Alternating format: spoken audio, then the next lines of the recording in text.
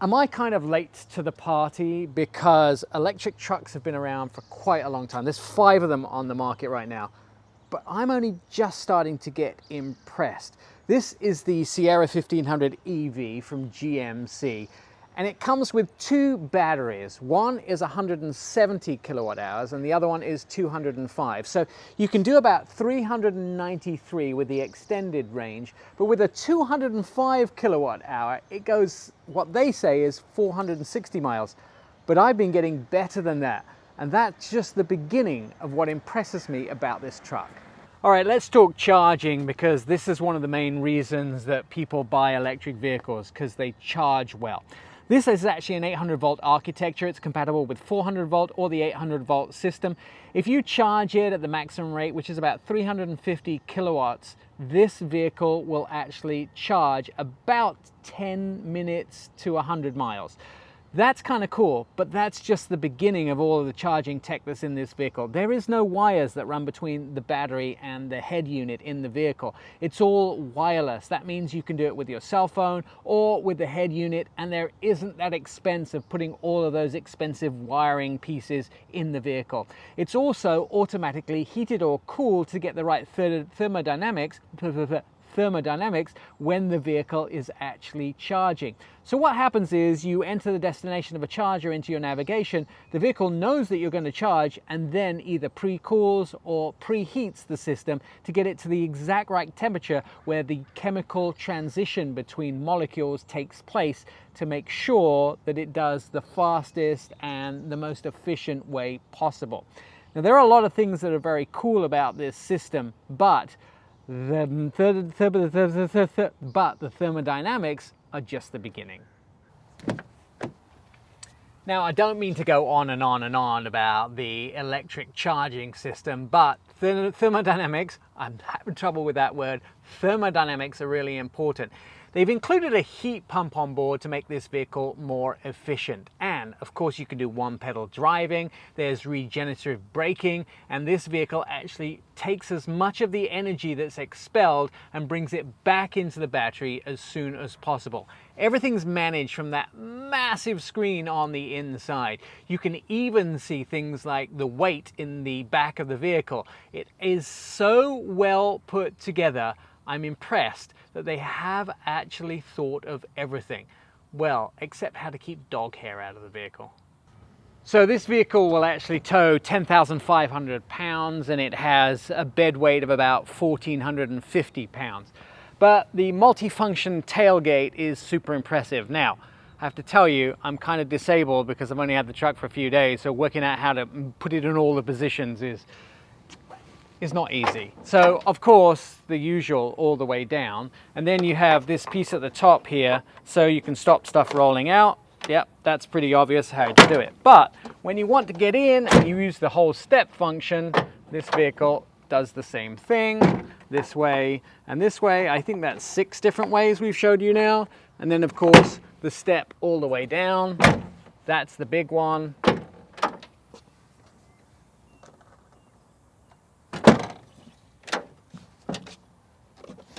Now, I'm only 5'4". There we go. I'm only 5'4", so this is absolutely necessary for a small guy to get into the truck. Now, there is power in this vehicle as well.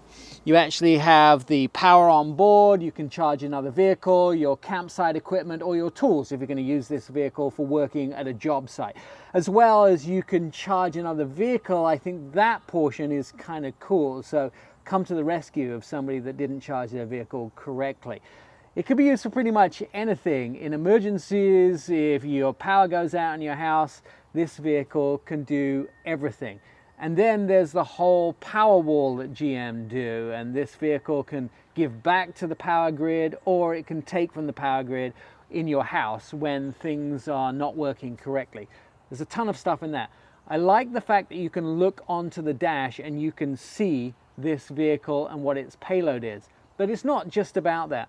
It has an automatic leveling system as well. That's super impressive, which means if you're towing a trailer that's pushing down on the very back, or that you have stuff inside the vehicle that makes it not weighted correctly, Let's say you have bags of cement on this side and something like drywall on this side, the cement's going to be heavier, right? So what ends up happening is the vehicle will self-level, which means driving it with weight, with load, with stuff in the back is so much easier because of that system. All right, let's say you have 2 or 3 different trailers. You might have something like a boat, you might have something with your motorcycles on. You're going to have different trailer profiles. You can save actually up to 10 different trailer profiles in this vehicle. And they wanted you to use this vehicle in day and night conditions. So there's a full lighting deck on the inside of this, plus a tie-down system as well. They've kind of thought of everything that you would need in the real world usability. One of the things that GM engineers do, and they've done this for absolutely years, is they get the vehicle out. They don't just do test miles on it. They don't just do a million test miles driving it around different conditions like deserts and minus 70 degrees. They actually get these vehicles into the hands of people that use them for camping, for taking their sports equipment out, and also for work sites. If this vehicle is going to be used for a job site, you want to make sure it's completely functional, and the 240 volt system on the inside to power electric tools is absolutely necessary. It has a self-diagnostic system in it as well, so as soon as something goes wrong, you'll know about it. And it all comes back to that huge screen on the inside. Okay. Inside, it's a tech haven. A 16.8-inch big center screen, 11-inch gauge cluster, and also a heads-up display. So there's a lot. Let's talk about what's in this particular gauge cluster and in the center screen. Gauge cluster is everything you'd expect. Tells you the ride height, what mode it's in, how much power, how many miles, the tachometer, all that kind of stuff too.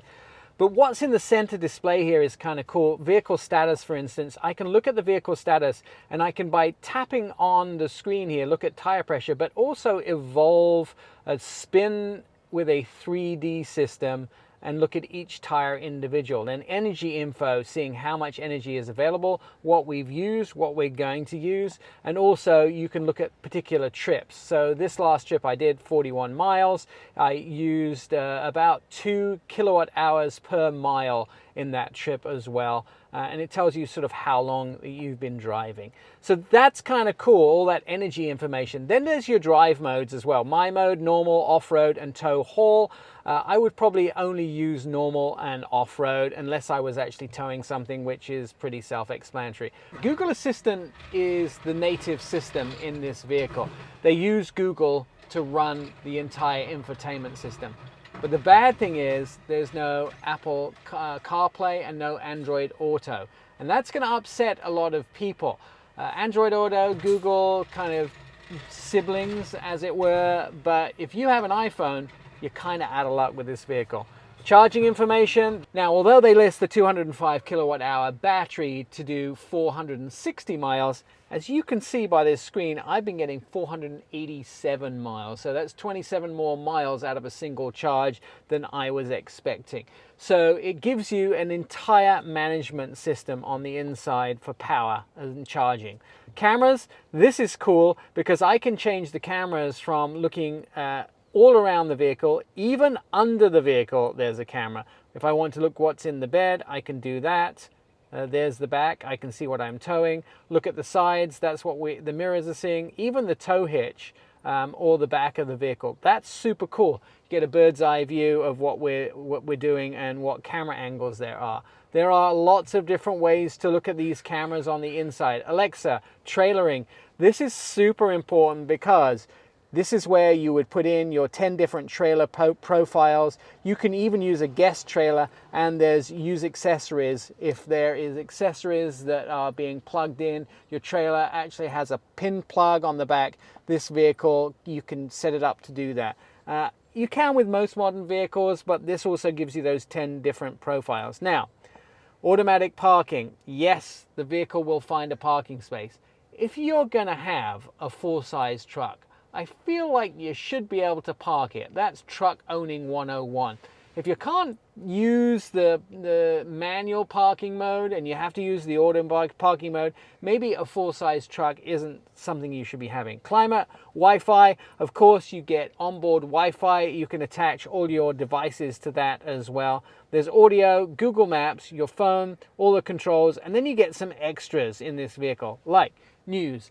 In fact, while you're charging, you can have the news read to you. You get Spotify and Amazon Music as well. And then there's also the My GMC mode, which gives you some options, personalized options in the vehicle. You have to sign into the app. You can get most of all this stuff on your app as well, which most people are going to do when they have that, providing you have an Android phone. Now let's talk about driving modes, because this is the one thing that's kind of cool. So you have your modes that we've talked about, but at the bottom here, you have this little, it looks like Thor's hammer. And if you press this, now this vehicle will do an incredible 0 to 60 of 4.6 seconds. You've basically put it into Superman mode or Thor mode or whatever you want to call it. That single button where it used to be pull the paddle shifters, do this, do that, do the other, this gets you to do your race start, your 0 to 60 mile an hour times. This is what you show your friends for the first week after you bought the vehicle. All right, let's talk about interior cabin trim. They did a good job with this vehicle. Open pore wood, aluminum, leather. You have front and second row heated and cooled seats. You also can get front massaging seats as an option. There's a flat floor in the back. I never put my groceries in the bed when I go grocery shopping in the truck. I always put them in the second row. And the flat floor means you don't have that gear tunnel, which means that you can actually get more in the back. And for the 200 cases of soda that we tend to buy in my family, it certainly fits in that second row. Now finally, you've got to talk about digital key. You can use your phone as a key. It has a digital key in this vehicle, and it does over-the-air updates, which means little things you don't have to go to the dealer for. They can actually push the new software directly to the vehicle. I love that about this vehicle. Wireless charging in the center console. And then let's talk about the key fob. With this key fob, you can do 6 different things. Lock, unlock. You can actually put the tailgate down. You can open the frunk as well. And then you can double click it to start. And of course, you have your panic alarm as well. So pretty much everything can be done from the fob. But if you want more interaction with your vehicle, you download the app and you use the My GMC app to do everything that you want to on your mobile device. Now, it's GMC's first fully electric pickup truck, and this vehicle actually has LED lights at front, a very unique looking front end for it. There is supposedly an off-road version of this coming in the AT4 at some point. It does have a frunk at the front, and this frunk actually is a little smaller than the F-150 and the Rivian, but still enough to get 2 carry-on bags on the inside as well. Or you could actually use it to haul all your beer to the campsite. So there's plenty of room in the front of this vehicle as well. And the fact that it's electronically opened and closed, maybe I'm standing too close and it's worried about me. No. Come on, GM, you can do it. Come on, GMC, you can do it.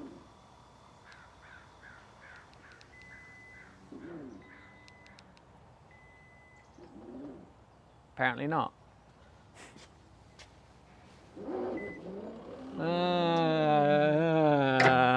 Stop it. So let's talk about wheel size in this vehicle. There are 20s or 18s if you want smaller, but 24-inch wheels.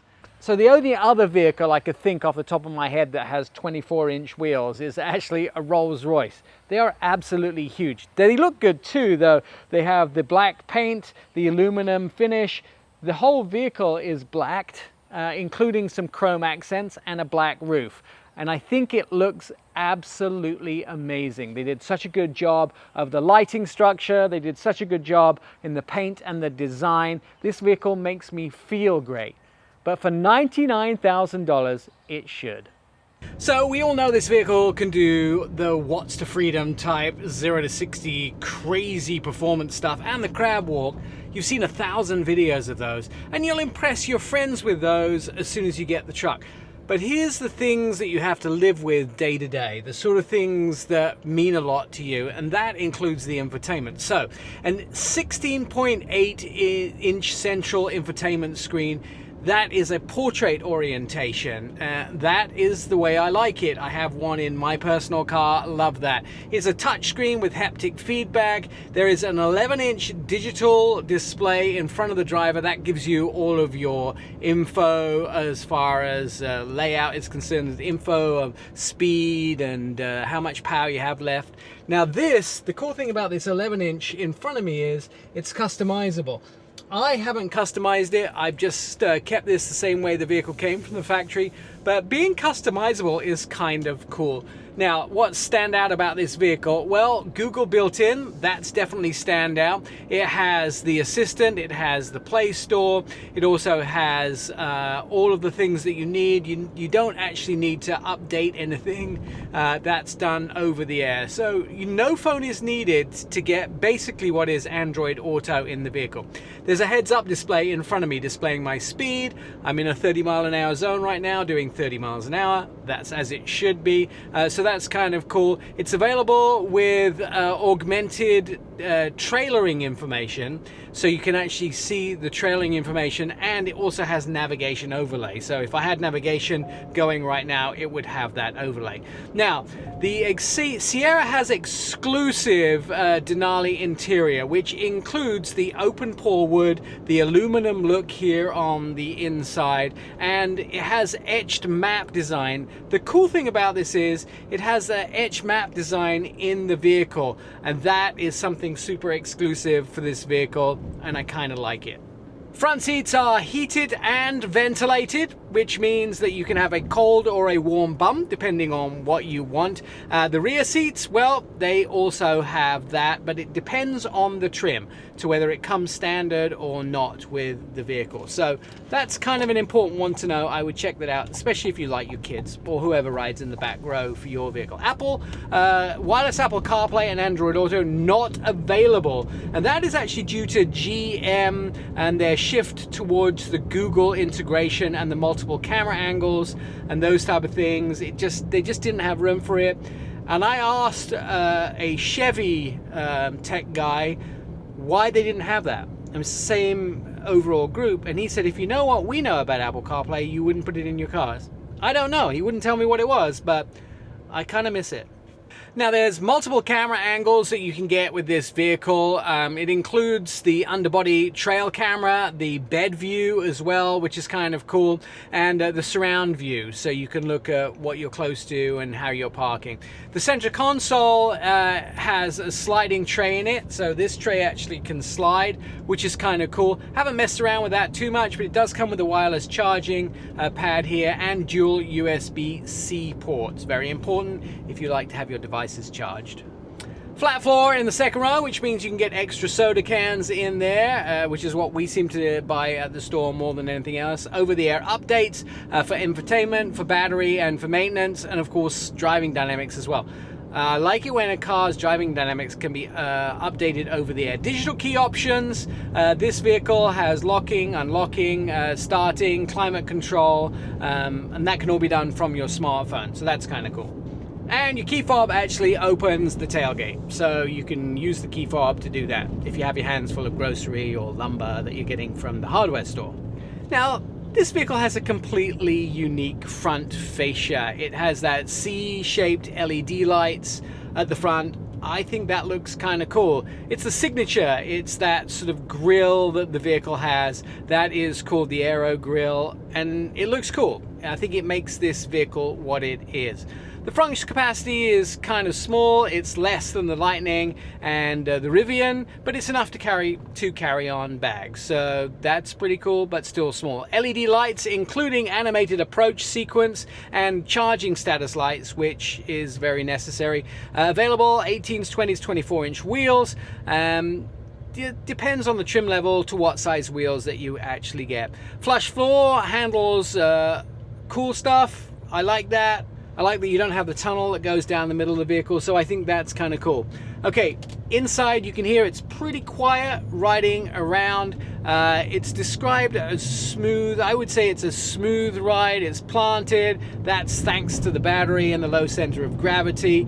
And it has independent suspension, which means that the ride, even though I'm going over a bumpy road here, it's still not so bad. Air suspension smooths out the harshness of the road and reduces that body roll as you're cornering. I'm just about to do that as I get onto the freeway here.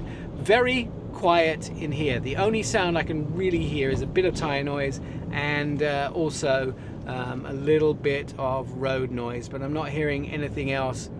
It's super quiet on the inside of the vehicle, and that's one of the things. Wind noise, it's minimum. Acoustic glass helps reduce that. I can just about hear wind. Tight panel gaps, they're important to cut down on wind as well. And the powertrain is near silent in the cabin, so I can't really hear that too. I would tell you the ground clearance is really good. I like the ability to be able to adjust it up to 4 inches for off-roading, for clearance, going into steep driveways, that type of stuff. Now there is an off-road version of this supposedly coming. It's an AT4 trim. We don't know when that's coming at a later date. I will tell you that's good for people that want to off-road, but I don't think off-roading is a big thing in electric trucks. I also would say the Denali trim offering the blackout roof and the chrome and the unique grille makes this stand out. I would never get anything less than the Denali, and that's very cool. It's gusty, it's polished, it's a great driving experience, it's a strong acceleration. You really go if you want to go, and if you hit that button on the drive modes, you can really make a huge difference in that. So if I go into drive modes here and I hit that, and then this, you also get a sound effect with that too, and that's like 82 miles an hour, just like that. That's really, really fast. So I would say luxury grade, well put together, and really nice driving experience. Now this is billed as GMC's first fully electric pickup, although I think the Hummer is an electric pickup too, so I'm in two minds about whether that's actually correct or not. It's positioned as a premium but functional alternative to the Silverado EV. That's completely understandable. Price around $99,000. The Denali max range, lower trim levels, you could expect those coming sometime this year as well, if you're not looking for the absolute peak luxury and the peak performance. It's a great truck. It's exactly what GMC are about, and I will tell you, although expensive, you get a lot for your money.